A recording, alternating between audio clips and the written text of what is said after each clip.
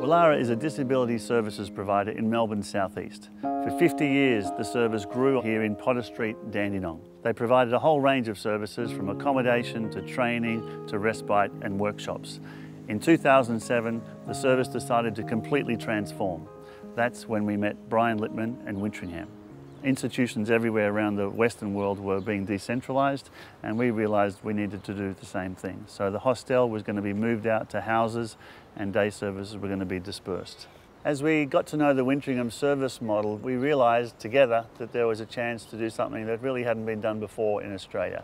And that was to create a combined model where a parent who is unable to care for their adult son or daughter with a disability can co-locate the parent with Wintringham and the child with Wallara, and also for Wallara's residents who needed to move into aged care to be looked after by someone. I was hearing these stories about elderly people who are caring for the child, and this continues to go eventually where the parent is about 80 years old and they've got a disabled child who can't care for themselves. The parent gets to an aged care facility, the child goes to a disability service maybe the other end of town, Yep. and they hardly ever see each other. Yep. Eventually, a couple approached us, Annie and Sonia. Yeah. And Mum was about 82 and the daughter, Annie, was around in her 40s.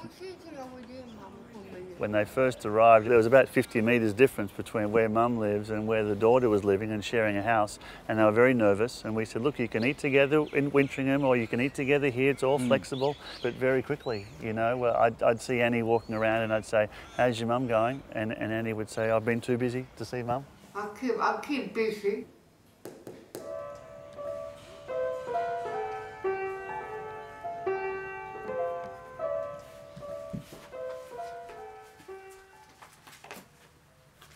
So she was quite physically able and looking after Anne-Marie, but as the Alzheimer's started to kick in, Anne-Marie was actually the carer for Mum. The number one concern for a parent with a child that has a disability would be when the parent becomes too old to physically care for their child. That's where this place comes in, and we're able to care for both the child and the parents, and they can both maintain individual lives. Annie's really come out of her shell since living here, and she's really gained some independence rather than having to answer to Mum like she has for the last 40 years. Now she can make decisions, and then she goes and tells Mum, this is what I've done, this is what I'm doing. Annie's really enjoying that. She's really blossomed. I do go bowling on Saturday with Mary, and I go to older.